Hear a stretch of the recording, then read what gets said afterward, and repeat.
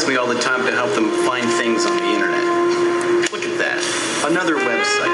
See, the internet is growing so fast, and unless you know how, you'll have a really tough time uncovering its tremendous wealth of information, electronic libraries, graphics, and sounds.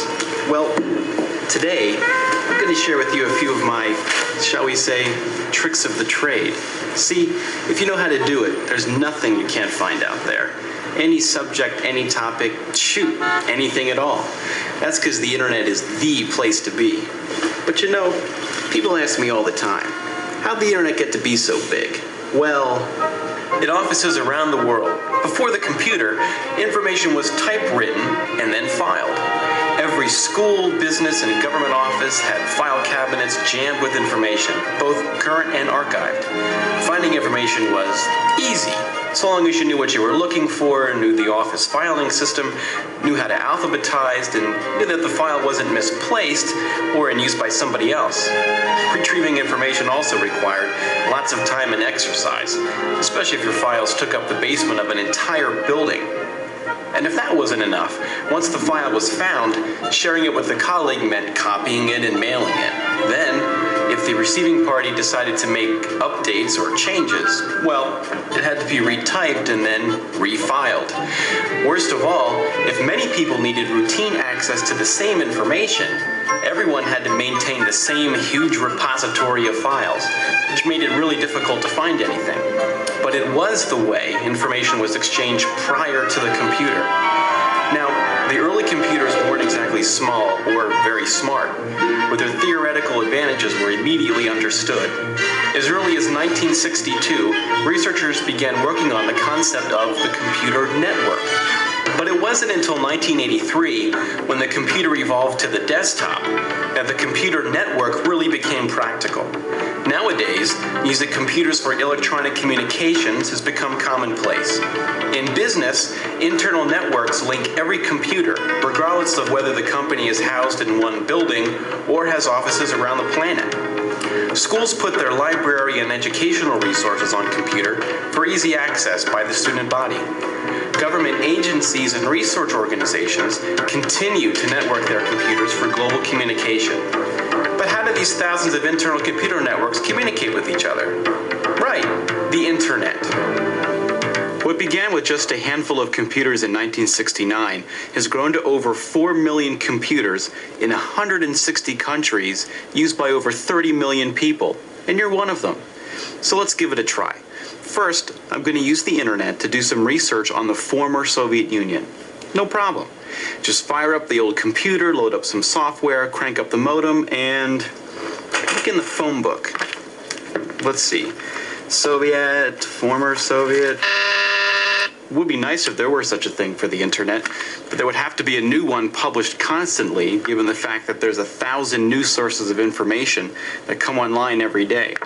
So, finding resources on the internet was a problem, and one that was first tackled in 1991 by a group of students at the University of Minnesota.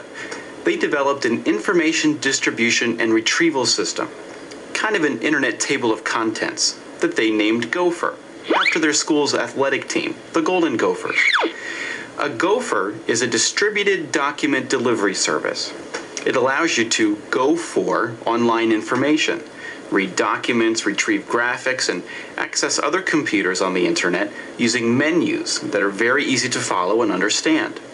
Gopher is a program, kind of like a database, that's run in computers called Gopher servers.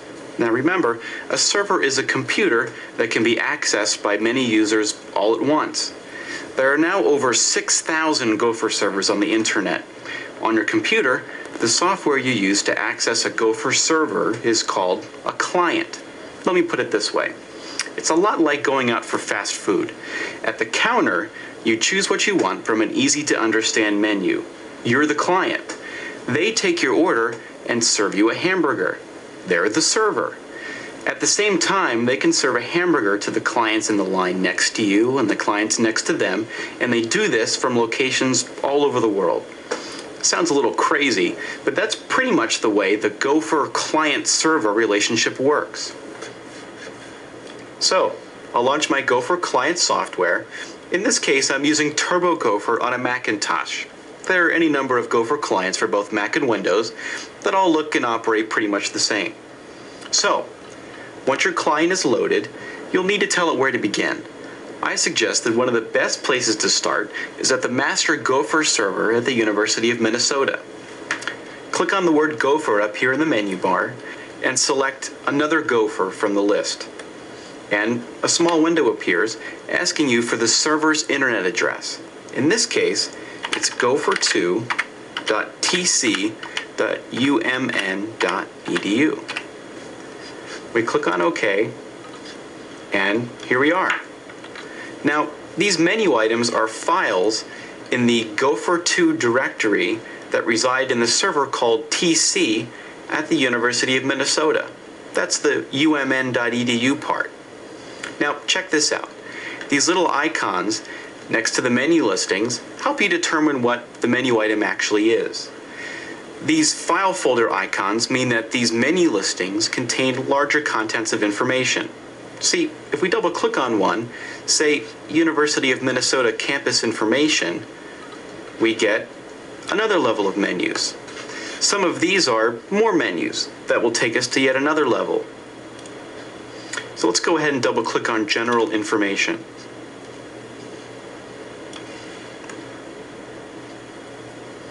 Take a look up here.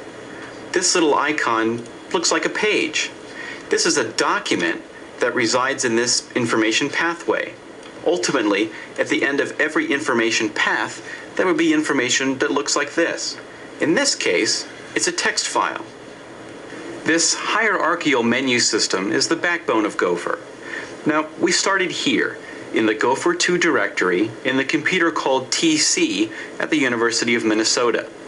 In Gopher2 are these subdirectories or files, which each branch to more files. We chose this file, Campus Information, which took us down this path. And here among these other files, which branched to others, was the General Information menu, and in it was the text document that we opened. Okay, how might you ask, are we going to research the former Soviet Union from a computer in Minnesota? Well, it's pretty easy. Let's close these windows to get back to the main menu on the University of Minnesota Gopher server. Once there, come over here to this menu item, Other Gopher and Information Servers. You see, this menu is actually a gateway to all of the Gopher servers in the world. Now, this can be a great way to search Gopher space, but check this out.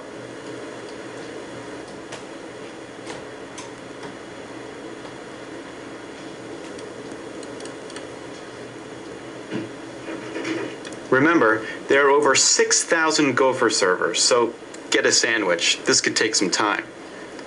Another way is to use the categorized listing of Gopher servers by continent. See, the same 6,000 servers has been broken down into a more manageable arrangement, except, well, it will still take a lot of time to find what you want. Since we're searching the Soviet Union, we could actually try that menu path.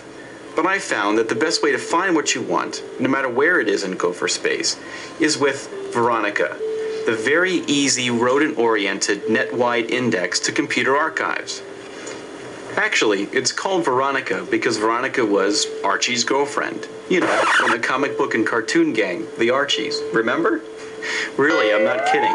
See, Archie was the nickname given to file archives, and it is the search tool used for FTP, or File Transfer Protocol, which we'll discuss in a little bit. Since transferring files was one of the earliest uses of the internet, long before Gopher came on the scene, the developers of the search tool for Gopher decided to name it after the companion of the search tool for FTP. You know, Archie, Veronica, girlfriend, the very easy rodent-oriented stuff. Well, I think they made that part up. When you go on to develop the next generation of internet protocol, who knows? You might call it, I don't know, Barney, for big and resourceful navigational internet engine, which will seem just as silly 10 years from now. Anyway, Veronica, developed at the University of Nevada at Reno, is a search and retrieval system designed to locate files on most of the Gopher servers on the internet using keyword matches. At last count, over 15 million files were available through Veronica. Because of the high demand for this information, there are 7 individual Veronica servers located around the world. They all have the ability to update themselves, constantly checking all of the servers in Gopher space and updating their database files. Theoretically, it shouldn't make any difference which server you choose. They should all contain the same information. In reality, though, there are so many Gopher servers that it can take a Veronica server over a month to make one trip around Gopher space to update its files. And since the Veronica servers aren't all updating together, it is possible that one Veronica server will have more current information than the next. There are a number of ways to get to the Veronica gateway. We can do it here, from the University of Minnesota, but I suggest that you go directly to Veronica's home Gopher server. So come up here to Gopher, select another Gopher, and in the box type veronica.scs.unr.edu. That's actually at the University of Nevada. And here we are. Now this gateway looks really similar to the University of Minnesota's because here's the menu item, search all of Gopher space using Veronica. But I like this site a lot better because it's the most direct connection to Veronica. Now, there are 2 main ways to search all of Gopher space using Veronica. You can search either Gopher server directories by title words, or search Gopher space itself by title words. Now, Veronica does not search the body or the text of a document, so when searching by title words in Gopher directories, Veronica will return only those matches found in, well, the title words of the directories. You know, the major holdings of information, or the menu items with the file folder icons. If you search title words in Gopher space, Veronica will return matches found not only in the titles of the directories, but also in the titles or file names of the documents. So let's give Veronica a try. I'll use the NYSERNet, which is in New York City and is the closest server to me, and I'll search all titles in Gopher space. Click over here and you'll get a dialog box in which you can enter your keywords, known as a query. So let's enter our query, Soviet Union.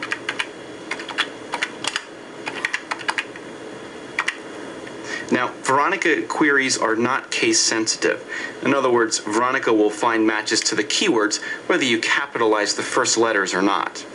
So click on Find, and it isn't unusual to get this, a message stating that there are just too many connections.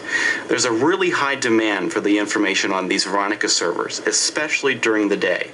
I often find that I can get better results by immediately resending my query.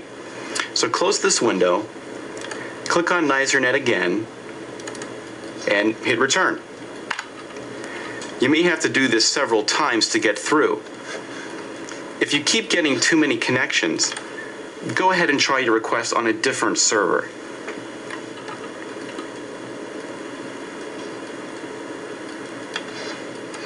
Now, Veronica automatically assumes that there is an and between the keywords of multiple word queries. So Veronica is interpreting our query really as Soviet and Union, and will try to find all titles in Gopher space with both of those words together. Known as a Boolean search, there are certain words called operators that you can use between your keywords to tighten up your search results. Now, the and is assumed, but if you separated the keywords with not, the search would turn up all references to Soviet, but not Union. And here we are, a list of documents from servers all over the world whose titles contain our keywords, Soviet and Union.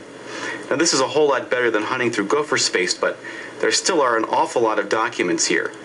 And while I'm sure that there's some good stuff, it's hard to know that unless you go through different items and open them up and read them. So let's see if we can't tighten up our search even more. This time, we'll use Veronica to search by directory titles. You know, the menu listings we saw with the file folder icons, or the major holdings of information. Really, these are just like subdirectories, which can hold other subdirectories or documents, or both. By just searching for the main menu listings, we can get a better handle on the information contained in those files. So I'll back up to the main Veronica page, choose the same server, but this time I'll select Directory Search. Click on it to get the search box again, and you may recall that we are actually researching the former Soviet Union. So let's add former to our request.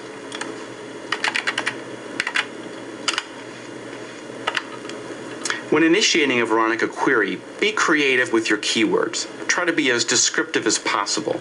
It will help to fine-tune your search a lot. Remember, Veronica will see this as though there were an and between each word.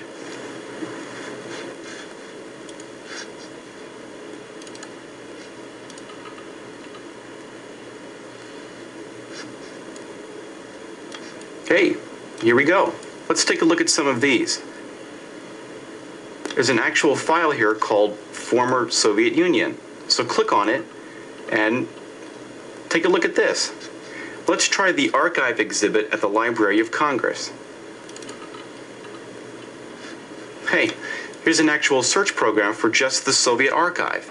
You will encounter this fairly often. A search program for an individual server.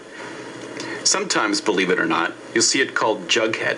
Yep, Jughead was a character in the Archie comic strip too. It works just like Veronica, but it searches only 1 or 2 Gopher servers. And it can be really handy when you encounter a server as big as the Library of Congress as we have here. Now, if we enter former Soviet Union as our search query, this program will search the Library of Congress database for matches.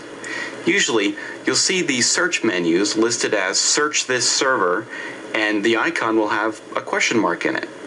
So let's give it a try. Hey, not too bad. All the information I really need is all right here. Now, it takes a little practice and some imagination, but Veronica is definitely the way to go for searching Gopher space.